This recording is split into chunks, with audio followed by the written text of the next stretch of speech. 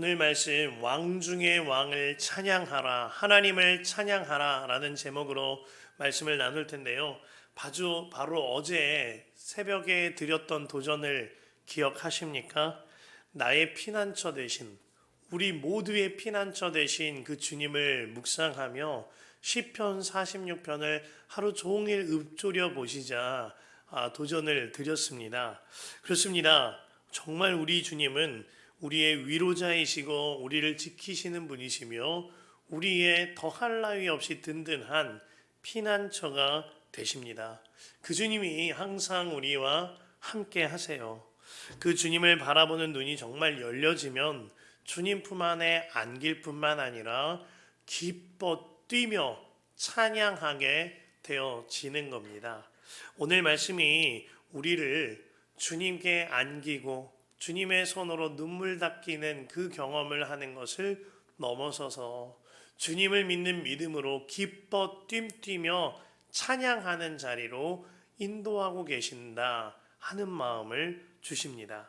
오늘 1절과 2절에 이같이 말합니다. 만백성아 손뼉을 쳐라. 하나님께 기쁨의 함성을 외쳐라. 주님은 두려워할 지존자이시며 온 땅을 다스리시는 크고도 큰 왕이시다. 주님이 만왕의 왕이시며 온 우주의 지존자이십니다. 그 주님이 지금도 나와 함께 하시며 손뼉을 치고 함성을 외치며 찬양하게 되어지는 거죠. 이로 인하여 주님의 영광의 그 황홀한 감격 속에 빠져들게 되어지는 겁니다. 우리가 정말 예수님을 믿는 사람인지 아닌지 우리들의 찬양을 보면 압니다. 이사야 43장 21절 말씀에 이 백성은 내가 나를 위하여 지었나니 나의 찬송을 부르게 하려 함이니라 라고 하셨습니다. 하나님께서 우리를 지으신 이유는 찬송을 하게 하시려고 주님께 찬송을 부르게 하시려 함이었습니다. 그렇다면 하나님의 자녀가 된 명백한 증거는 찬양인 거예요. 우리가 거듭나서 하나님의 자녀가 되어졌다면 주님께서 우리를 지으신 목적대로 찬양하는 자가 되어지는 거죠. 어떠한 방송 시상식에서 수상소감을 하는데 그 청년 가수죠, 래퍼 가운데에 BY라는 래퍼의 수상소감을 듣고 참 은혜를 받았던 일이 있습니다. 여러분들에게 그가 했던 말을 조금 추려서 알려드려요. 이같이 말하더라고요. 어릴 적부터 음악을 하고 싶다는 꿈을 가지고 꼭 제가 해보고 싶었던 게 있었습니다. 오늘 그것을 해보려고 합니다. 제가 진리라고 믿는 하나님의 말씀을 이 시상식에서 꼭 말하고 싶었습니다. 많은 분들이 제 음악과 신념을 비웃지만 저는 이것이 멋이라고 생각합니다. 저에게는 사장님도 없고 이 자리에서 감사드릴 유일한 분은 하나님 뿐이십니다. 그리고 이 같은 말씀을 했어요. 요한복음 1장 1절이죠. 태초에 말씀이 계시니라. 이 말씀은 하나님과 함께 계셨으니 이 말씀은 곧 하나님이시라. 그로 말미암아 지은 바 되었으니 지은 것이 하나도 그가 없이는 된 것이 없느니라. 그가 이 이야기를 수많은 사람들이 보고 있는 시상식에서 하는 것을 보았는데 참 은혜가 되었습니다. 그에게 수많은 비난이 있었을 테지만 그는 담대하게 하나님의 이름을 높였습니다. 어떻게 이와 같이 행한 것이지요? 하나님이 나의 사장님이시고 하나님이 나의 왕이시고 하나님이 나의 주인이심이 너무나도 확실하게 붙들여지니까 그 믿음으로 인하여 어떤 상황 속에서도 어떤 비난을 받을지라도 그가 주의 이름을 높이며 찬양할 수 있었던 겁니다. 제가 그 연예인의 이야기를 조심스럽게 나눠드리는 까닭은 그가 그 이후에도 약 9년, 8년이 지나가도록 정말 신실하게 주의 이름을 담은 가사를 써내고 주님을 찬양하는 삶을 살았기에 나눠드릴 수가 있는 겁니다. 오늘 6절 말씀에 시로써 하나님을 찬양하라 라고 반복합니다. 6절에 시로 하나님을 찬양하여라, 시로 찬양하여라, 시로 우리의 왕을 찬양하여라, 시로 찬양하여라. 아멘입니다. 하나님을 정말 믿게 되어지면 시로 주님을 찬양하게 되어지는 거예요. 그런데 시로 주님을 찬양하는 것이 무엇이지요? 가수들처럼 노래를 작사하면서 글을 써서 주님을 찬양해야만 할까요? 시인처럼 시를 작시하면서 하나님을 찬양해야만 할까요? 물론 이러한 것도 훌륭한 찬양입니다만 우리의 삶으로 주님을 찬양하는 시를 써내려가는 그 찬양 또한 너무나도 중요한 겁니다. 우리의 일상 속에서 주님을 고백하고 주님을 찬양하고 읊조리고 그 찬양한 대로 살아가는 삶, 왕 되신 주님을 높이고 주인 되신 주님을 높이는 그 삶으로 써내려가는 시가 너무나도 은혜로운 찬양시인 것이죠. 저희 아이들과 함께 택시를 탔을 때입니다. 제가 아이들과 이따금 택시를 타면 옆에 계신 기사님에게 꼭 전도를 하곤 했는데 그날따라 제가 전도를 행하지 못하고 있었던 모양이에요. 저희 첫째가 뒤에서 제 어깨를 두드리는 겁니다. 그리고 뒤를 돌아봤더니 첫째가 말하는 거예요. 빨리 전도해. 예수님 믿으시라고 빨리 그 말 좀 해. 하기에 기사님에게 이런 말씀을 드렸어요. 예수님을 소개해드리고 또 제가 만난 하나님을 고백하고 나의 복음을 전해드리고 이런 전도를 쭉 해나가는데 기사님 마음도 웬만큼 이렇게 열리는 것을 보았습니다. 그런데 그렇게 전도를 하는데요. 뒤에서 저희 아이들이 이상한 아주 자기들이 만들어 놓은 음계와 가사를 멜로디로 노래를 부르는 겁니다. 이런 노래였어요. 예수님 사랑해요. 예수님 너무 좋아. 예수님 진짜 좋아. 막 이런 노래를 뒤에서 흥얼거리며 BGM으로 깔아주는 겁니다. 그 음계도 그리고 가사도 멜로디도 너무나도 어설프지만 그 찬양이 너무나도 듣기가 좋은 거예요. 오늘 말씀을 묵상하는데 그 노랫소리는 틀림없이 하나님의 기쁨이 되었을 거다 하는 마음을 주십니다. 오늘 말씀에 시로 하나님을 찬양하라 라고 그랬습니다. 왜 초등학교 가보면 뒤에 있는 게시판에 어린이들이 쓴 동시가 있는데 그 시가 참 아름답고 귀한 까닭은 문법이 정확해서도 아니고 맞춤법이 올바라서도 아닙니다. 그저 아이들의 마음이 담겨 있는 시기 때문에 너무나 보기에 좋은 시인 거죠. 우리 하나님 아버지가 우리를 보는 그 눈이 꼭 이와 같지 않겠는가 하는 마음을 주십니다. 때로는 우리가 곡조도 가사도 어설픈 찬양을 나 혼자 있을 때 읊조릴 때가 있지요. 뿐만 아니라 우리의 삶이 때로는 어설프고 때로는 실수도 많이 하지만 그럼에도 불구하고 왕 되신 주님을 찬양하려는 삶으로 살아가는 찬송의 삶을 살 때가 있습니다. 그런데 주님께서는 그 찬송을 너무나도 기쁘게 받으신다라는 거예요. 우리가 어설플지라도 부족할지라도 드리는 그 찬송을 너무나 주님이 기뻐 받으신다라는 겁니다. 그와 동시에 오늘 시편은 찬양의 대상을 너무나 명확히 해야 한다 우리에게 알려줍니다. 5절 말씀에 환호소리 크게 울려 퍼진다. 하나님이 보좌에 오르신다. 나팔 소리 크게 울려 퍼진다. 주님이 보좌에 오르신다 라 그랬어요. 보좌에 올라 계신 분 누구이시죠? 만주의 주 되신 하나님이십니다. 그 하나님이 명확한 찬양의 대상이다 말하는 거예요. 연이어 7절 말씀에 하나님은 온 땅의 왕이시니 정성을 다하여 찬양하라 라 그랬습니다. 뿐만 아니라 8절과 9절에 연이어 우리 하나님의 왕 중의 왕이시라 만유의 지존자이시라 말을 하고 있어요. 한마디로 만왕의 왕이시며 만주의 주이신 하나님만이 찬양받으실 대상이시다. 그 하나님만을 찬양하라 말하는 겁니다. 그렇습니다. 우리가 찬양해야 할 유일한 대상은 하나님 뿐이세요. 그 외에 우리가 찬양할 어떠한 대상도 없는 겁니다.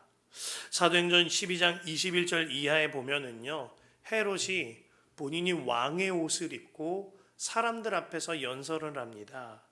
그때의 사람들은 헤롯의 연설을 듣고 22절에 이것은 신의 손이요 소리요 사람의 소리가 아니다 라고 했어요.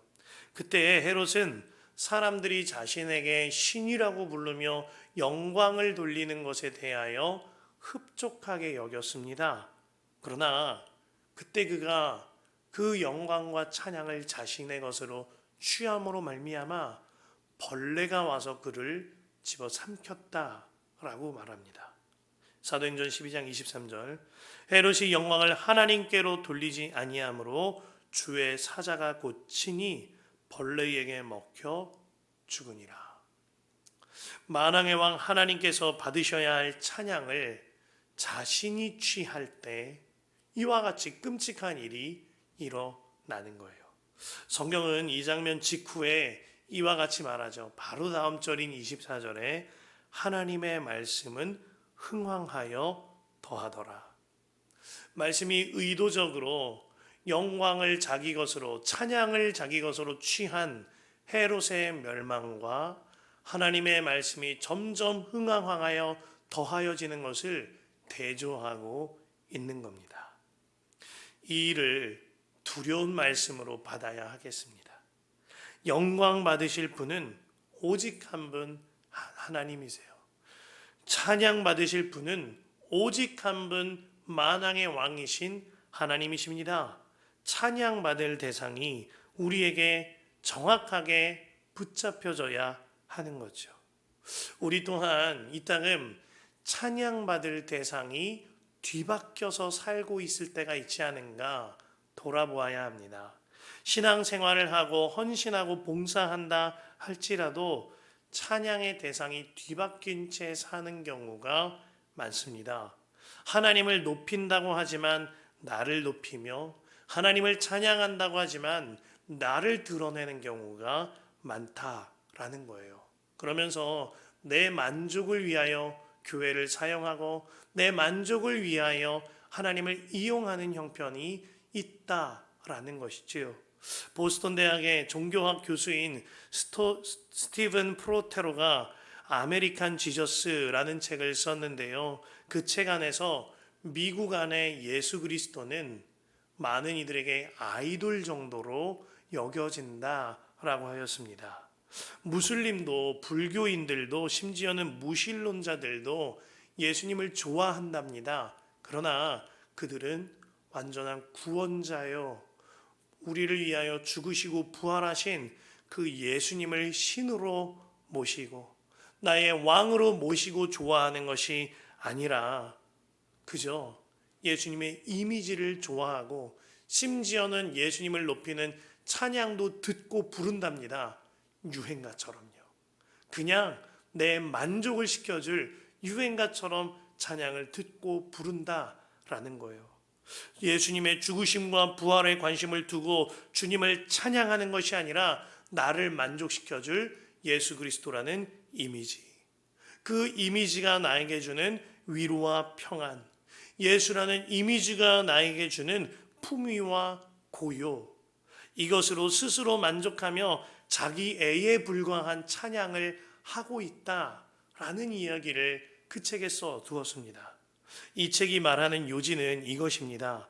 예수님을 믿는다는 성도도 그들처럼 자기 애를 위하여 신앙생활하고 있지 않는가?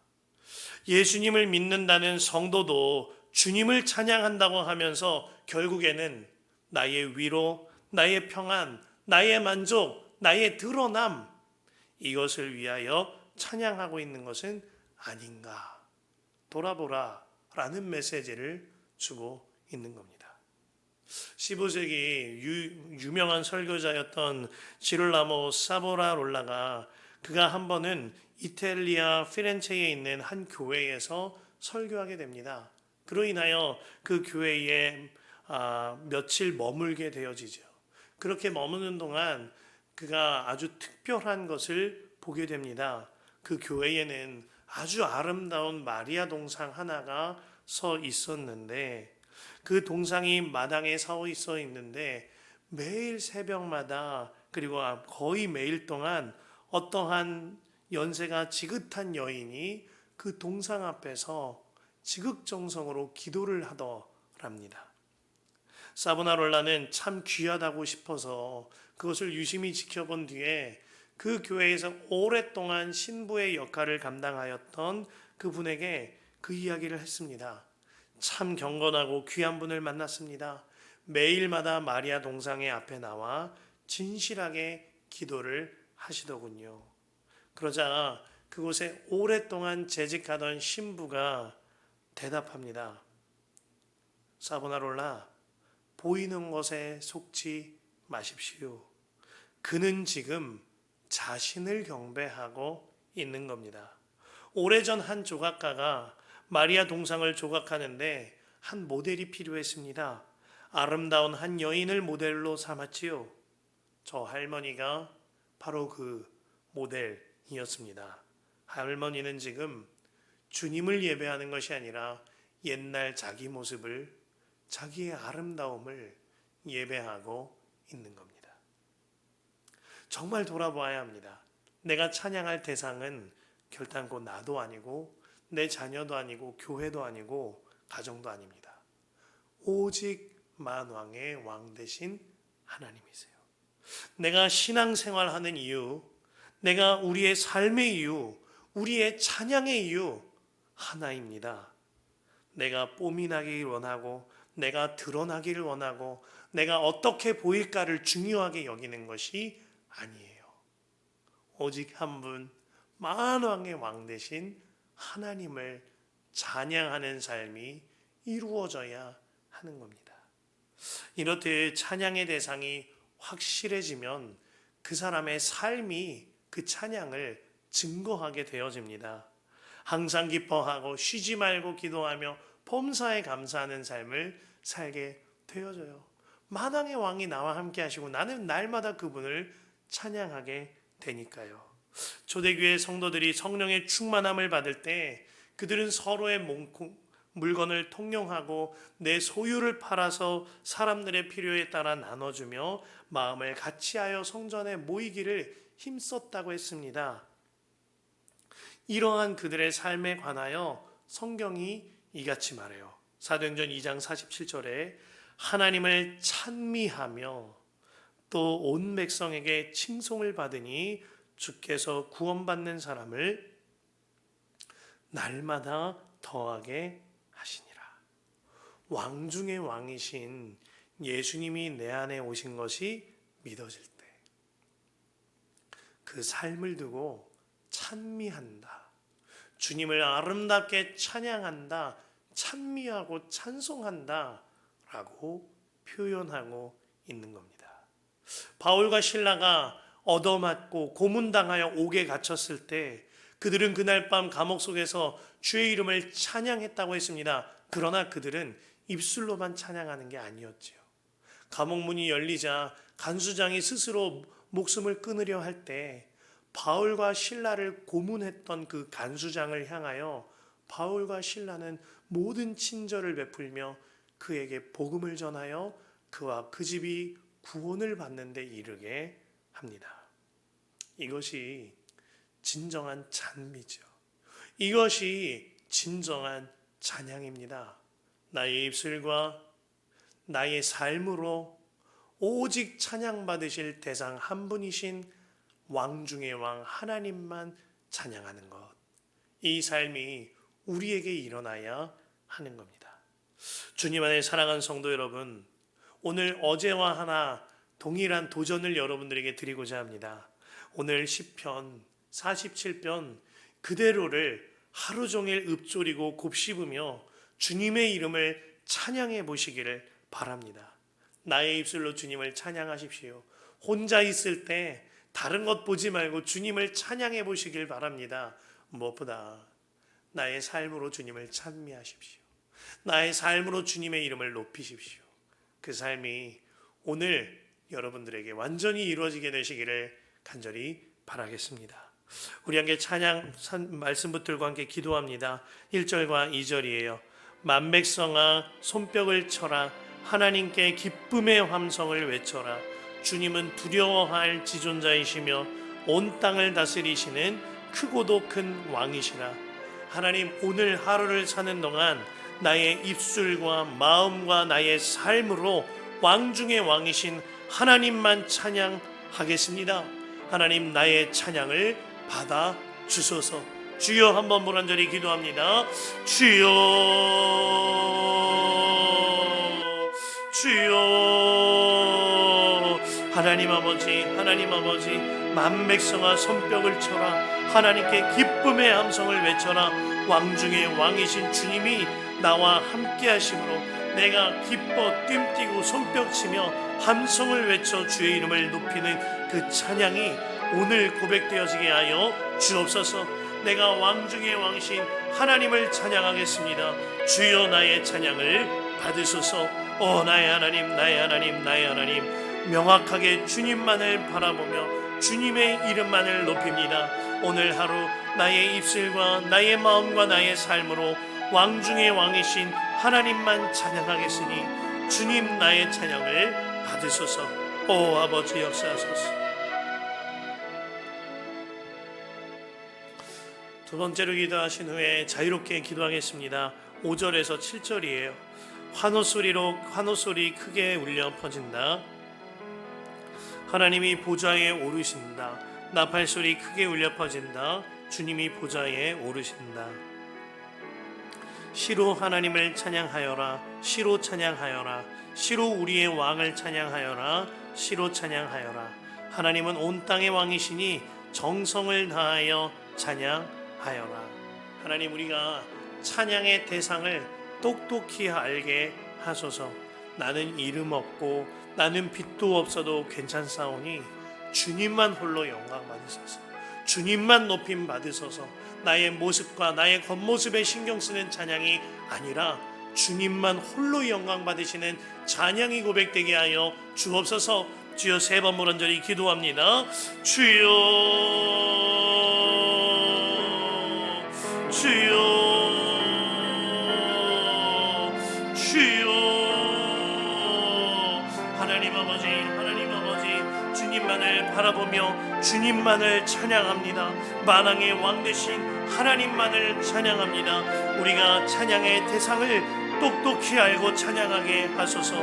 나의 마음대로 신앙생활하지 아니하고 나의 마음대로 찬양하지 아니하고 내가 드러나길 바라지 아니하게 되어지며 나는 이름 없고 빛도 없어도 괜찮사오니 주님만 홀로 영광 받으소서. 우리 교회와 나의 삶과 나의 가정과 나의 찬양과 나의 모든 순간 가운데에 주님만 홀로 영광 받으소서.